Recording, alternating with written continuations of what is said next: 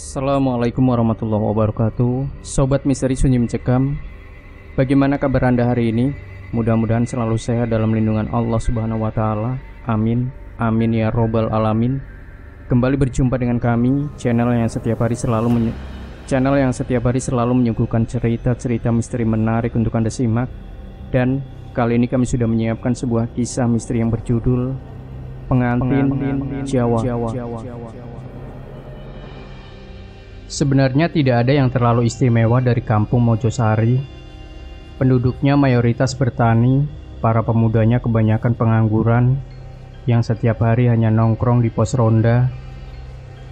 Kampung itu sama sekali tidak terkenal. Bayi yang lahir di sana seakan tidak ditentukan garis hidupnya. Ya, apalagi kalau bukan menjadi orang melarat. Namun ada hal yang tidak lazim di kampung Mojosari. Pernikahan di kampung itu hanya bisa dilakukan tengah malam. Tidak ada keramaian, apalagi pesta meriah. Orang-orang di kampung Mojosari malah takut kalau ada yang menikah di kampung mereka. Seperti yang terjadi malam itu, semua orang menutup pintu rumah mereka rapat-rapat karena tahu kalau akan ada orang yang menikah. Di sebuah rumah kayu yang lebih pantas disebut gubuk, digelar sebuah pernikahan sederhana. Gubuk itu bukanlah rumah si mempelai wanita atau pria, tapi memang pernikahan di kampung itu hanya boleh dilakukan di dalam gubuk tersebut. Hanya ada satu kamar di sana yang tidak boleh dibuka oleh siapapun. Assalamualaikum warahmatullahi wabarakatuh. Sobat Misteri Sunyi Mencekam, senang sekali kami bisa kembali hadir bersama Anda. Tentu seperti biasa kami akan menyuguhkan cerita-cerita misteri. Dan kesempatan kali ini kami akan berbagi sebuah kisah misteri Yuda yang berjudul Pengantin Kerajaan Gaib. Hari itu tepat setahun aku bekerja di satu pabrik tekstil terbesar di timur Pulau Jawa. Tiba-tiba terdengar pintu kontrakanku diketuk orang. "Yud, bangun Yud, udah siang nih." Terdengar teriakan orang dari luar. Aku terbangun dari tidur. Jam menunjukkan pukul 11 siang. Badanku masih terasa lelah karena lembur sampai subuh di pabrik. Dengan langkah malas aku melangkah membukakan pintu. Nampak Budi cengengesan di depan pintu. Tanpa disuruh, langsung masuk ke dalam kontrakanku yang sempit. "Yud, hari Sabtu nanti anak-anak mau naik gunung, trekking. Kamu ikut ya?" Budi memulai pembicaraan. "Siapa aja?" tanyaku pada Budi. "Banyak, ada Arifin, Idrus, Jaka. Pokoknya teman satu shift di pabrik lah," jawab Budi. Aku tak segera menjawab, mataku masih terasa mengantuk. "Udah, pokoknya kamu harus ikut, nggak usah sok mikir gitu," sambung Budi lagi. "Ya udah, ayolah," jawabku pelan. Budi sahabatku ini memang paham kalau aku gemar berpetualang.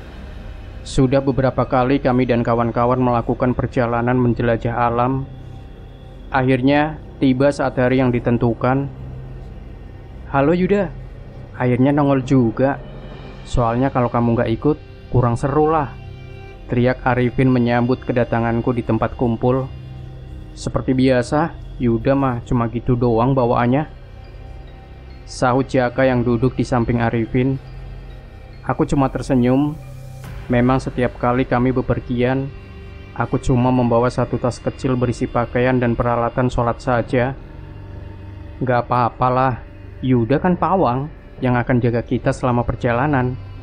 Jadi dia gak boleh bawa berat-berat, capek," sahut Budi yang tiba-tiba muncul di belakangku. "Pokoknya dijamin aman lah. Mau orang kesurupan aja sekali sembur langsung sembuh," tambah Budi lagi. "Mana yang lain?"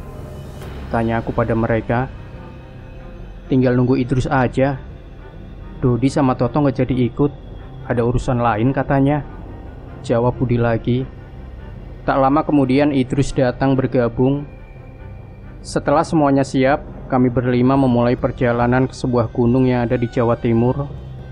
Singkat cerita, akhirnya kami sampai di kaki gunung yang baru pertama kali kami jelajahi ini.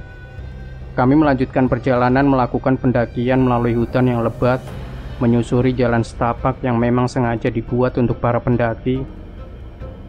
Setelah jauh berjalan, akhirnya kami mendapatkan lokasi yang cocok untuk mendirikan kemah.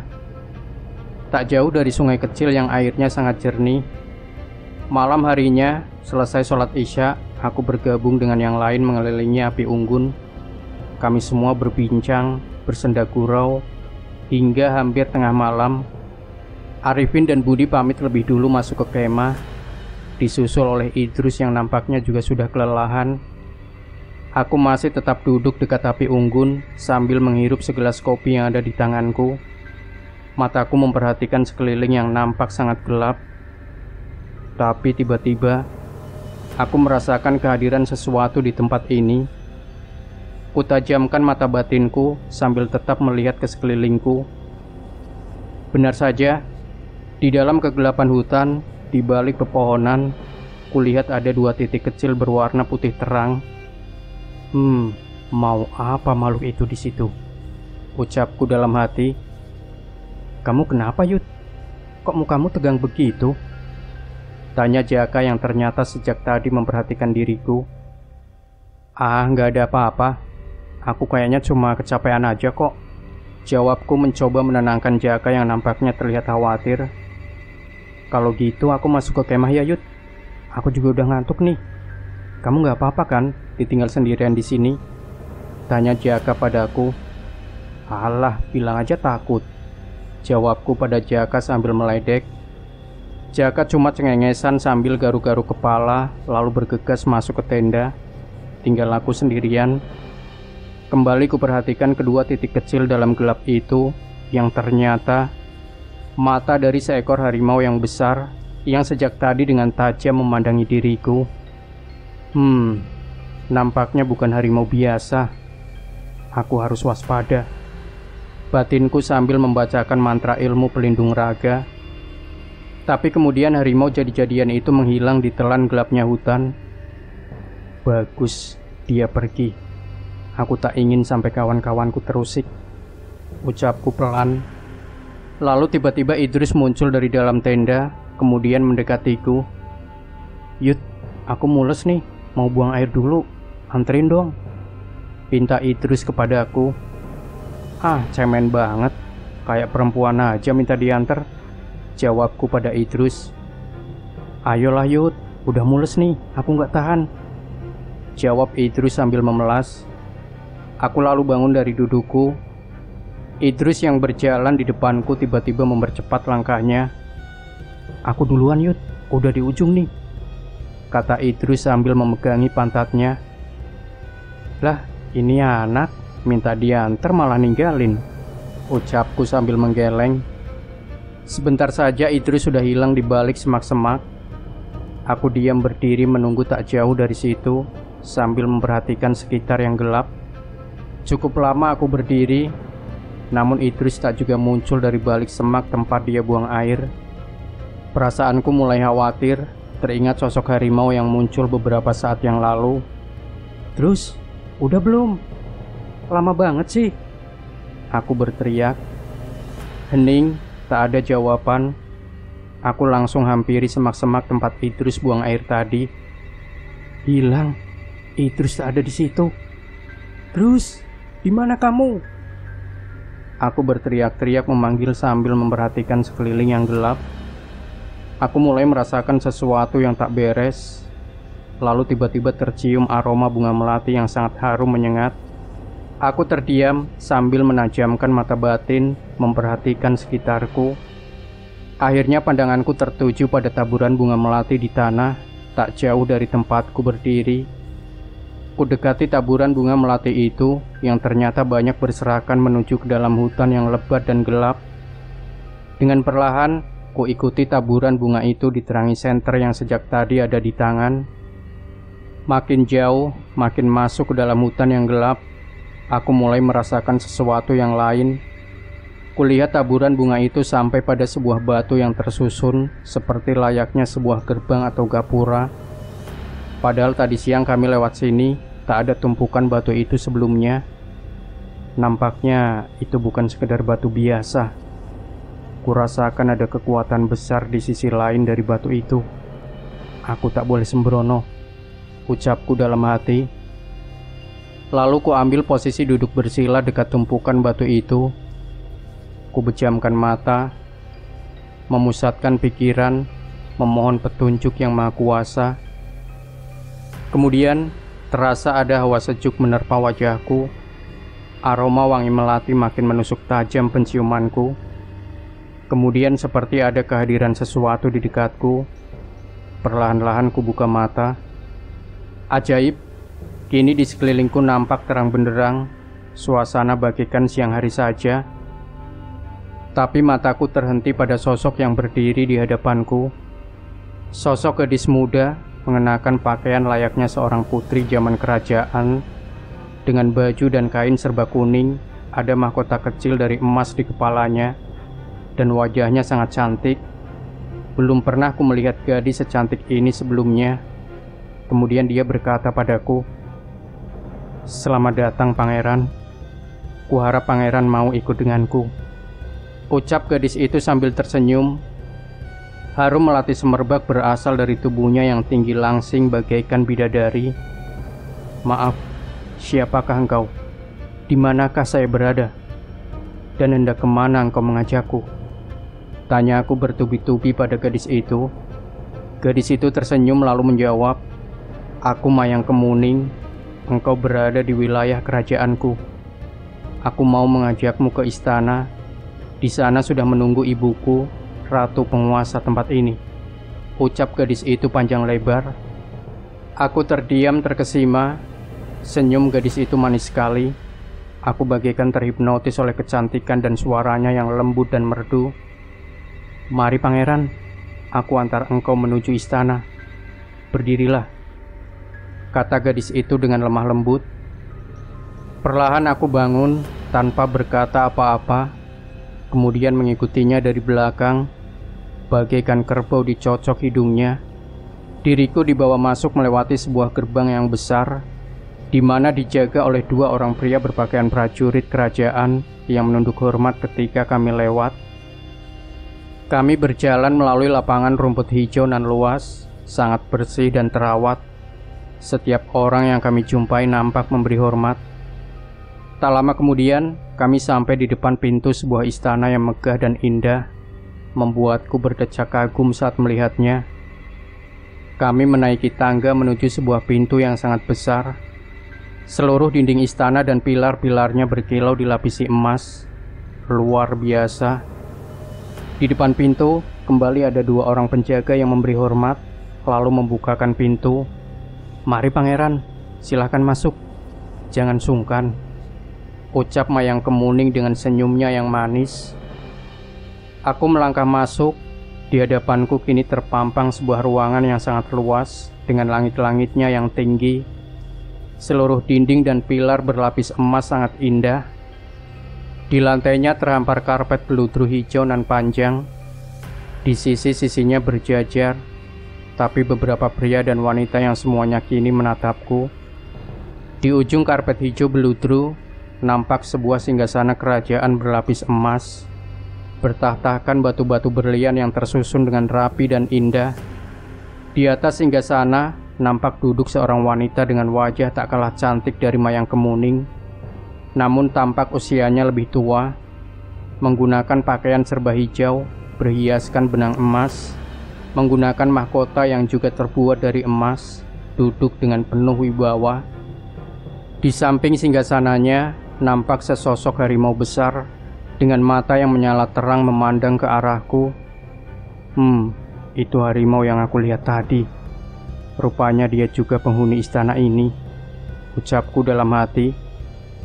Lalu wanita yang duduk di singgasana berucap dengan lantang, "Selamat datang Pangeran Yuda Sanggabuana, putra dari Naga Kanaka, raja di raja penguasa ular dan siluman ular 8 penjuru angin. Selamat datang di istanaku." Aku terkejut, bagaimana wanita itu bisa tahu persis nama dan asal usulku. Aku cepat menguasai diriku yang nampak gugup, lalu menjawab, "Terima kasih. Tapi siapakah engkau? Bagaimana engkau bisa tahu namaku?" ucapku dengan sopan. Aku adalah ratu penguasa seluruh wilayah ini, dan nampaknya engkau sudah bertemu dengan pengawal setiaku, Ki Loreng. Jawab sang ratu sambil mengelus-elus harimau besar yang ada di sampingnya. Mari, majulah mendekat, jangan ragu-ragu, sambung sang ratu lagi. Aku lalu melangkah maju, berjalan di atas karpet beludru hijau, melewati barisan orang-orang yang terus memperhatikanku. Aku kini sudah berhadapan langsung dengan sang ratu. Terlihat Mayang Kemuning nampak berdiri di sampingnya sambil terus tersenyum. Aku sangat mengenal dirimu dan Naga Kanaka. Kelahiranmu menggegerkan seluruh jagat lelembut dan dunia gaib. Sang ratu berkata dengan lembut. Maaf ratu, mungkin ratu salah. Aku hanyalah Yuda, anak dari Bapak Warsito, dan Laras adalah ibuku. Ucapku coba menjelaskan. Ah, Warsito, manusia malang yang sudah terkena tipu daya dari Naga Kanaka, jawab sang ratu. Aku tercekat mendengarnya, kemudian balas bertanya. Maaf ratu, aku tak paham maksud dari ucapan ratu barusan, ucapku heran. Ketahuilah pangeran, Warsito itu hanyalah orang yang dimanfaatkan oleh Naga Kanaka agar siluman itu mempunyai seorang putra. Ratu menjelaskan, sang naga ingin memiliki keturunan, tapi hanya bisa didapatkan melalui rahim manusia, karena siluman ular itu dahulu juga dilahirkan dari rahim seorang manusia. Persis dengan apa yang terjadi pada dirimu, ucap sang ratu panjang lebar. Aku terperanjat, seakan tak percaya dengan apa yang barusan diucapkan sang ratu. Perasaanku campur aduk tak karuan. Aku tak bisa berkata-kata, karena semua kenyataan itu baru kali ini aku dengar. Lalu aku cepat menguasai diriku, mengatur nafas agar bisa lebih tenang. Kemudian aku bertanya, apa maksud ratu membawa aku ke tempat ini? Ucapku pelan. Sang ratu menjawab, jawaban yang sangat tak kusangka-sangka.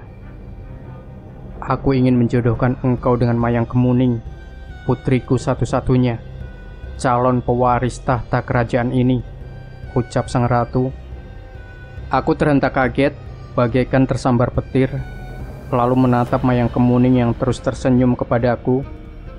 Kemudian sang ratu kembali berucap, sudah waktunya putriku memiliki pendamping, dan aku ingin engkau yang jadi pasangannya, sabda sang ratu. Maaf ratu, tapi mengapa harus aku? Tanya aku dengan wajah yang terheran-heran. Engkau adalah pasangan yang pas untuk putriku, karena engkau termasuk salah satu dari sedikit orang yang disegani di jagat alam gaib dan juga di alam manusia, balas sang ratu. Maaf ratu, tapi mana mungkin aku menikahi Mayang Kemuning. Aku adalah manusia, sedangkan dia bukan, ucapku sambil melirik ke arah Mayang Kemuning. Wajahnya nampak kecewa. Engkau berasal dari benih sang Naga Kanaka. Hanya takdir saja yang membuat engkau lahir dari rahim manusia. Separuh dirimu adalah bagian dari dunia gaib. Sang ratu coba menjelaskan. Bagaimana jika aku menolak? Aku bertanya pada sang ratu. Sang ratu nampak tidak senang, lalu membalas, jika kau menolak, kau boleh pergi dari sini, tapi teman-temanmu tak akan bisa keluar dari wilayah ini selamanya, ancam sang ratu dengan nada tinggi. Aku terperanjat kaget, lalu teringat dengan Idrus yang lenyap tadi. Aku khawatir terjadi sesuatu pada dirinya, tapi belum sempat aku berkata, Mayang Kemuning mendahului bicara. Kau jangan khawatir, temanmu Idrus ada di tempatnya. Sebenarnya dia tidak pernah keluar kemah. Yang kau lihat tadi bukan dia. Itu hanya cara untuk membawamu kemari, kata Mayang Kemuning panjang lebar.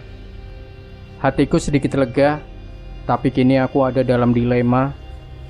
Jiwa teman-temanku dipertaruhkan di sini. Aku tak boleh gegabah mengambil keputusan. Kau tak perlu menjawab sekarang.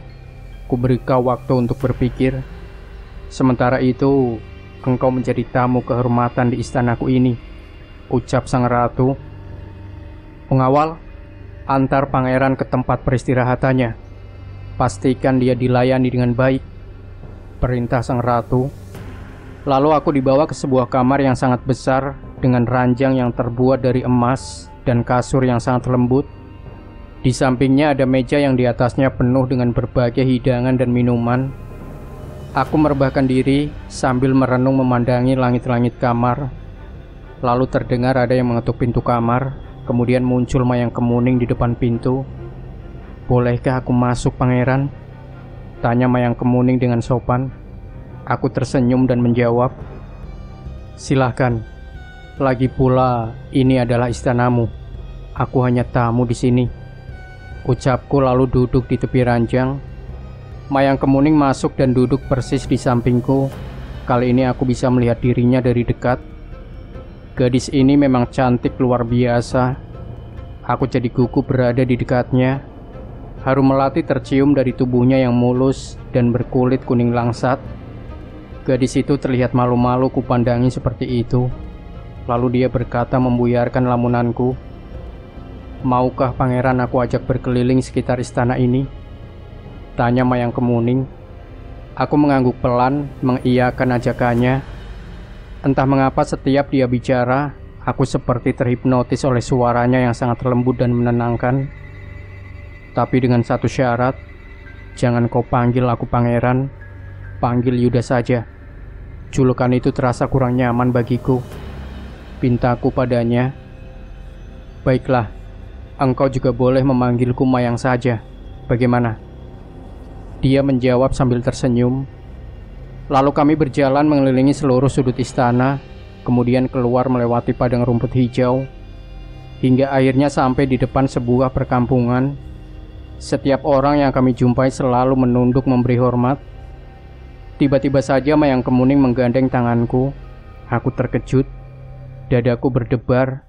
Aliran darah serasa tak beraturan, tapi ada rasa nyaman terasa dalam hatiku. "Yuda, mengapa tadi sepertinya engkau keberatan dijodohkan dengan diriku?" Tiba-tiba Mayang bertanya. Aku gugup, tak tahu harus menjawab apa. Tapi kemudian aku membalas, "Bukan begitu, Mayang. Engkau belum kenal siapa aku, dan aku juga belum mengenal dirimu. Kita baru saja bertemu." Jawabku pelan. "Tapi aku sudah lama mengenalmu, bahkan sejak dirimu lahir." Balas Mayang lagi.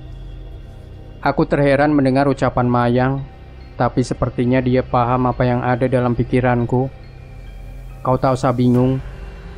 Batasan waktu alam manusia berbeda dengan di sini. Harusnya engkau mengerti." Mayang menjelaskan, "Aku suka dengan perilakumu yang sopan, penyayang, berbudi luhur. Semua ada dalam dirimu.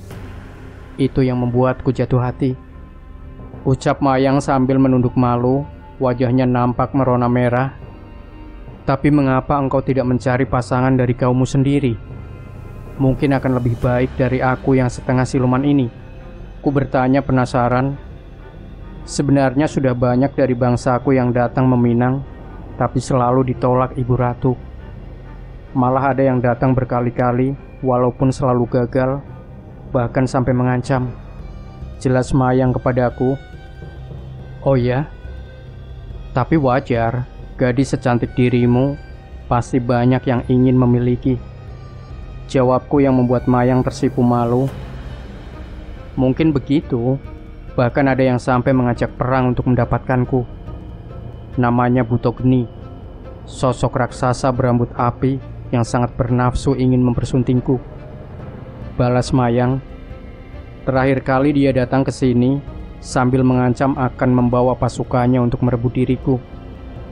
Itulah yang membuat Ibu Ratu khawatir, sehingga ingin segera menikahkanku agar aku ada yang melindungi." Sambung Mayang dengan wajah sedikit sedih. Tiba-tiba terdengar suara seperti bunyi terompet besar ditiup. Suaranya menggema ke seluruh pelosok, membuat diriku dan Mayang terkejut. Itu suara tanda bahaya. "Astaga, jangan-jangan!" teriak Mayang dengan nada khawatir. Kami langsung bergegas kembali ke istana. Halaman istana yang luas kini dipenuhi ratusan prajurit kerajaan dengan posisi siaga. Kami menjumpai Ibu Ratu yang terlihat panik. "Ada apa, Ibu? Mengapa banyak prajurit siaga?" tanya Mayang tak kalah panik. "Buto Geni, dia datang," jawab Bunda Ratu perlahan, lalu langsung menuju para prajurit yang dari tadi menunggu komando. "Wahai prajuritku, persiapkan diri kalian. Buto Geni datang bersama bala tentaranya. Jangan sampai dia masuk ke sini," perintah sang ratu pada seluruh prajuritnya. Kenapa jadi begini? Sebenarnya kami sangat menghindari peperangan. Kami tak ingin jatuh banyak korban. Andaikan kami punya cara lain, ucap Mayang pelan. Tetapi memang Buto Geni dikenal sebagai makhluk yang angkuh dan kejam. Makanya Ibu Ratu tak suka padanya, sambung Mayang lagi. "Ayo Yuda, lebih baik kita segera menyingkir dari sini. Aku tak ingin engkau terluka," ajak Mayang sambil menggandeng tanganku. "Tidak Mayang, aku tetap di sini. Aku ingin melihat seperti apa sosok Buto Geni yang sombong itu," ucapku sambil tetap berdiri. "Jangan Yuda, kau bisa celaka," ucap Mayang penuh khawatir. Aku tersenyum lalu menjawab, "Aku bisa menjaga diriku sendiri. Malah seharusnya aku ikut melindungimu. Aku tak sudi gadis sebaik dirimu jatuh ke tangan makhluk jahat itu," ucapanku yang membuat gadis itu terharu. Tak lama kemudian, tanah terasa bergetar, suara gemuruh terdengar dari kejauhan, dan kian lama kian terasa mendekat. Seluruh prajurit nampak siap di tempatnya masing-masing, dan akhirnya di luar gerbang istana muncul sesosok makhluk tinggi besar dengan kulit berwarna gelap, dengan rambut api yang menyala-nyala. Di belakangnya berjajar ratusan raksasa dengan tanduk di kepala, menyeramkan. Tak lama kemudian, makhluk berambut api itu maju berdiri dengan gagah, lalu berteriak lantang, "Wahai sang ratu, aku datang untuk menjemput Mayang Kemuning. Lebih baik kau serahkan dia, atau kuhancurkan istana ini." Terdengar suaranya menggema di depan gerbang istana. Wajah sang ratu nampak tegang lalu menjawab, "Hai Buto Geni, lebih baik kau pergi dan bawa kembali bala tentaramu. Aku tak ingin jatuh korban di sini," jawab sang ratu. "Lagi pula saat ini Mayang Kemuning telah mendapatkan jodohnya. Jadi lebih baik kau pergi dan lupakan Mayang Kemuning," sambung sang ratu. Mendengar hal itu, Buto Geni nampak sangat marah lalu berkata lantang, "Kurang ajar. Siapa yang berani merebut Mayang Kemuning dariku? Biar ku hancurkan dia." Matanya nampak melotot, rambut apinya semakin menyala-nyala. Semua yang ada di situ nampak terdiam, tak ada yang berani bersuara. Sang ratu nampak tegang. Dia khawatir terjadi sesuatu yang buruk karena Buto Geni terkenal sebagai makhluk yang sakti dan amat brutal. Sang ratu ingin menjawab, tapi terdengar suara lain yang mendahuluinya. Aku menjawab sambil melangkah maju ke depan. "Aku calon pasangan Mayang Kemuning," ucapku dengan mantap. Semua yang ada di situ terkejut, dan Mayang Kemuning nampak yang paling kaget, seolah tak percaya. Semua mata memandang ke arahku yang kini telah berdiri berhadapan-hadapan tak jauh dari Buto Geni. "Hahaha, kamu? Apa aku tak salah lihat? Hai Ratu, apa maksud semua ini? Kau ingin mempermainkanku?" teriak Buto Geni marah. Sang ratu nampak hendak menjawab, tapi diurungkan niatnya begitu melihat tanda dariku. Beliau paham maksudku. "Memangnya kenapa kalau aku yang jadi pasangan Mayang Kemuning?" Aku menjawab dengan nada sinis. "Aku jelas lebih tampan darimu. Setidaknya Mayang tak perlu khawatir terbakar bila ada di dekatku," ucapku dengan nada meledek. "Bangsat! Jaga bicaramu manusia kerdil. Kurobek-robek mulutmu yang kotor itu," teriak Buto Geni lalu menyuruh salah satu anak buahnya maju. Sesosok raksasa besar maju mendekat ke arahku, langsung menghantamkan tangannya yang besar, ingin meremukkan tubuhku. Aku tenang tak bergeming. Ilmu pelindung raga sudah kupersiapkan sejak tadi. Raksasa itu terpental mundur. Berkali-kali makhluk itu coba menyerangku, namun selalu sia-sia. Kemudian menyusul beberapa raksasa ikut mendekat, mencoba menyerangku secara bersamaan. Namun hasilnya tetap sama. Sang Buto Geni nampak sangat marah melihatnya. Kulihat makhluk berambut api itu maju dengan bernafsu. Hawa panas terasa saat sosoknya mendekat. Dihantamkan tangannya ke arahku. Kekuatannya luar biasa. Aku terdorong mundur. Melihat hal itu, dia makin brutal menyerang.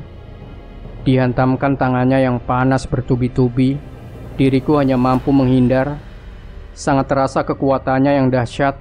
Benturan langsung akan berakibat fatal. Diriku makin terdesak. Perisai pelindung ragaku makin melemah.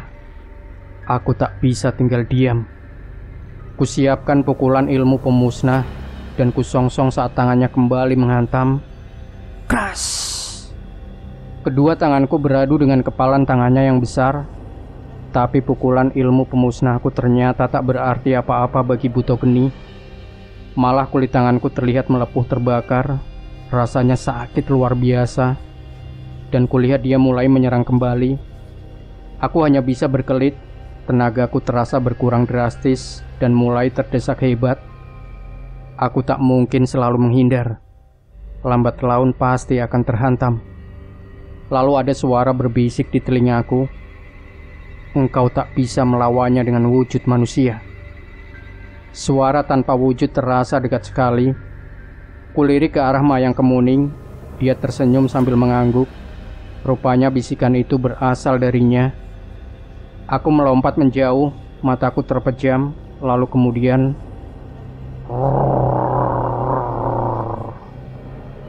aku berteriak keras, tubuhku perlahan berubah.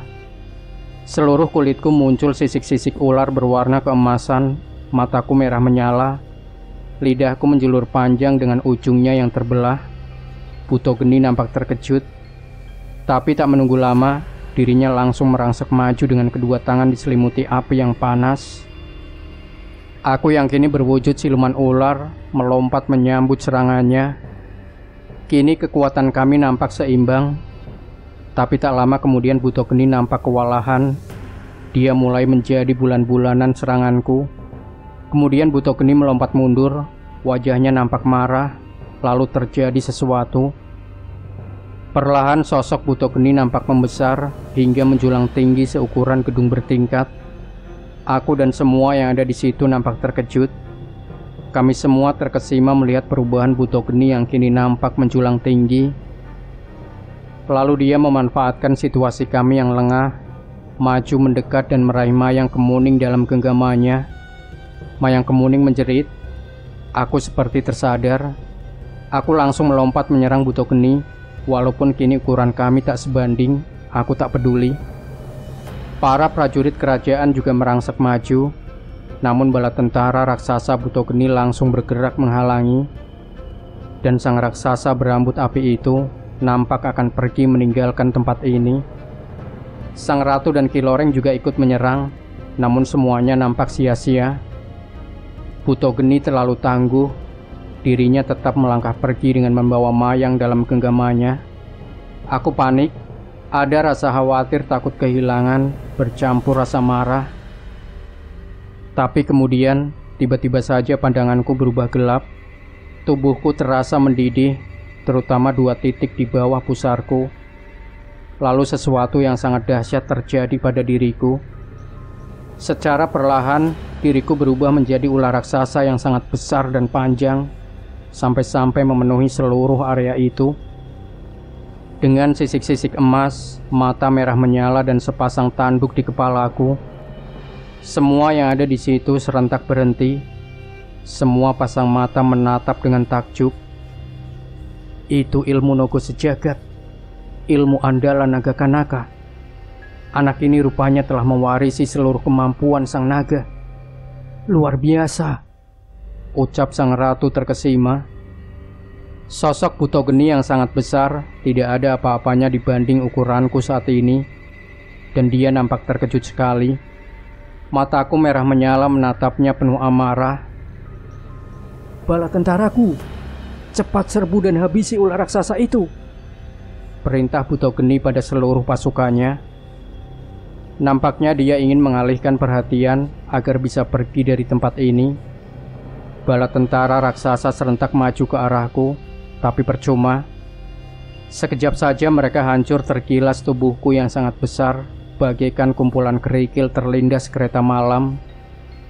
Buto Geni sangat terkejut, tapi nampaknya dirinya sadar kalau situasi tidak menguntungkan baginya. Kemudian dengan cepat, dia ambil ancang-ancang untuk pergi, tapi semua sudah terlambat. Sebentar saja, tubuh raksasa Buto Geni yang sudah ada dalam lilitanku, dirinya meronta, memukul, tapi semua tak berarti. Lilitanku malah semakin kuat. Mayang Kemuning lepas dari genggamannya yang langsung disambut Ibu Ratu yang sudah siap berjaga. Semua yang ada di situ menyingkir, tak ada lagi yang berani mendekat, dan akhirnya terjadi sesuatu yang luar biasa sekaligus mengerikan. Secara perlahan, kulahap tubuh raksasa Buto Geni dari atas kepala sampai kaki. Masuk semua tertelan mulutku yang menganga lebar. Semua yang ada di situ nampak diam tak bergerak tanpa suara.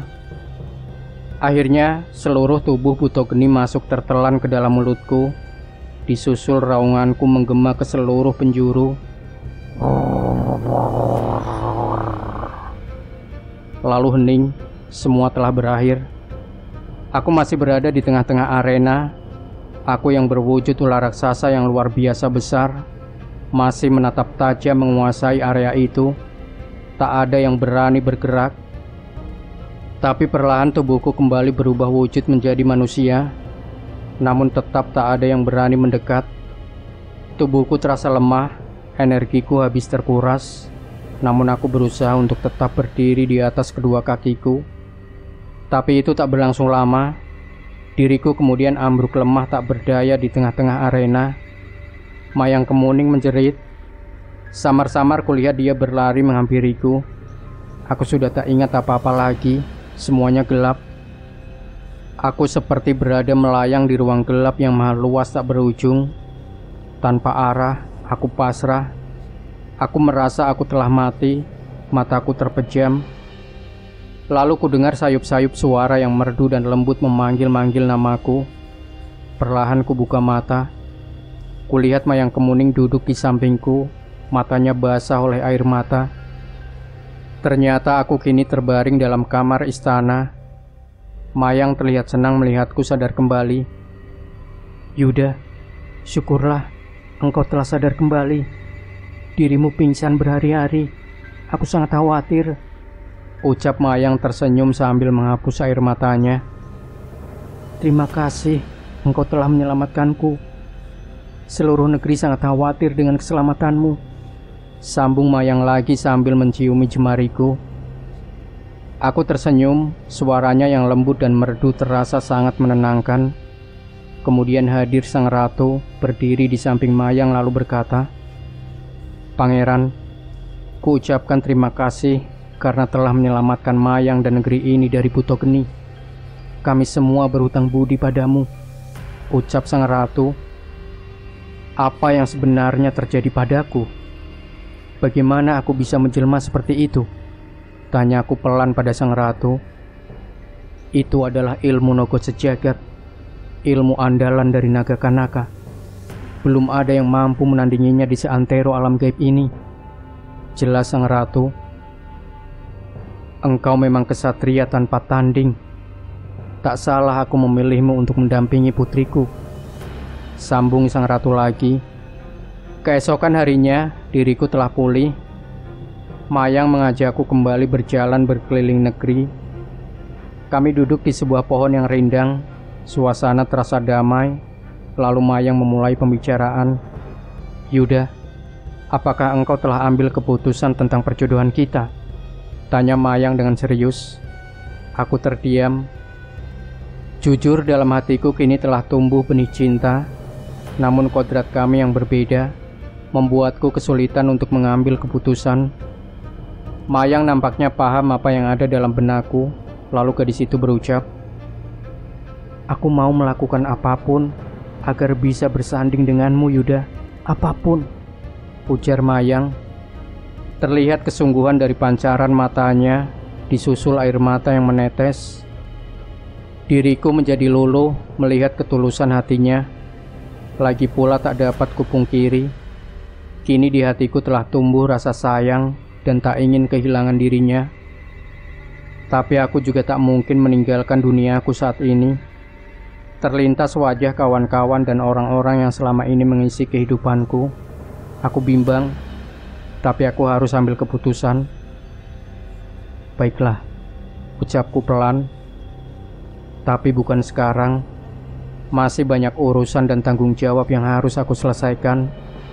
Dan tak mungkin kutinggalkan begitu saja," jawabku sambil menatap matanya.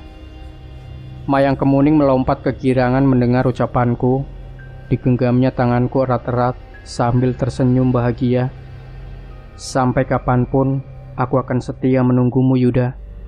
Karena hatiku telah kuberikan hanya padamu," ucap Mayang terlihat menangis bahagia.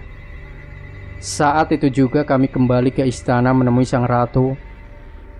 Lalu kami berdua menghadap memberitahukan kesepakatan antara diriku dan Mayang. Sang ratu mengangguk-angguk perlahan, lalu kemudian dia berucap, "Baiklah, kalau memang itu sudah menjadi keputusan kalian, aku ikut senang." Sang ratu tersenyum. "Tapi kalau boleh aku minta, aku ingin kau bisa menikahi Mayang tepat di usiamu yang ke-40 tahun. Aku tak mau putriku menunggu terlalu lama," sabda sang ratu. "Dan selama itu, engkau tak boleh menikah atau menggauli wanita lain. Bagaimana? Kau sanggup?" tanya sang ratu. Aku tak langsung menjawab, tapi akhirnya aku sanggupi syarat yang lumayan memberatkan itu. Yang penting aku bisa kembali pada semua kawan-kawanku, dan mereka semua bisa pulang dengan selamat.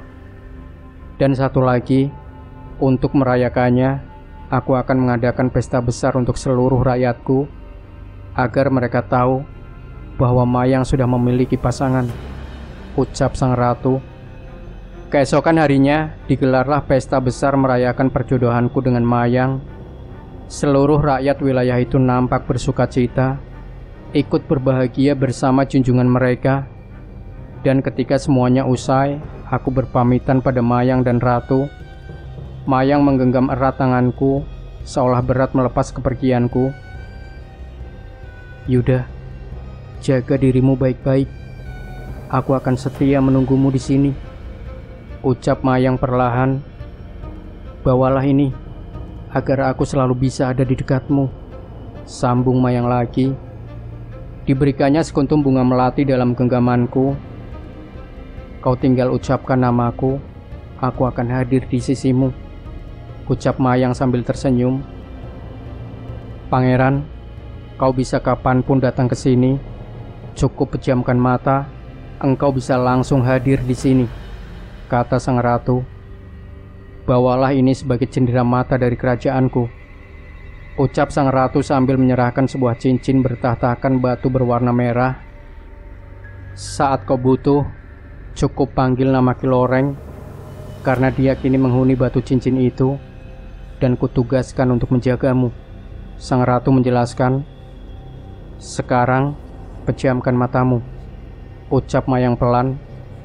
Tangannya masih erat menggenggam jemariku, lalu kupejamkan mata. Sesaat kemudian terasa segalanya berubah. Ada hawa dingin terasa di sekelilingku. Aku membuka mata. Ajaib, aku kini kembali berada di depan api unggun. Kulihat sekelilingku masih gelap gulita.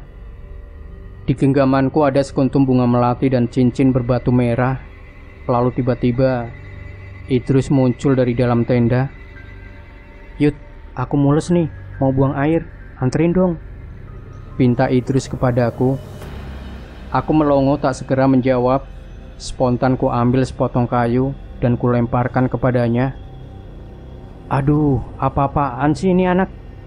Kalau emang gak mau ya udah, gak usah lempar-lempar segala," Idris ngomel menuju semak-semak sambil memegangi pantatnya. Aku tertegun, padahal sepertinya aku pergi berhari-hari, tapi nampaknya aku tak pernah sedetik pun beranjak dari sini. Subhanallah, maha besar kuasamu ya Allah. Ucapku lalu masuk ke dalam tenda dan langsung terlelap.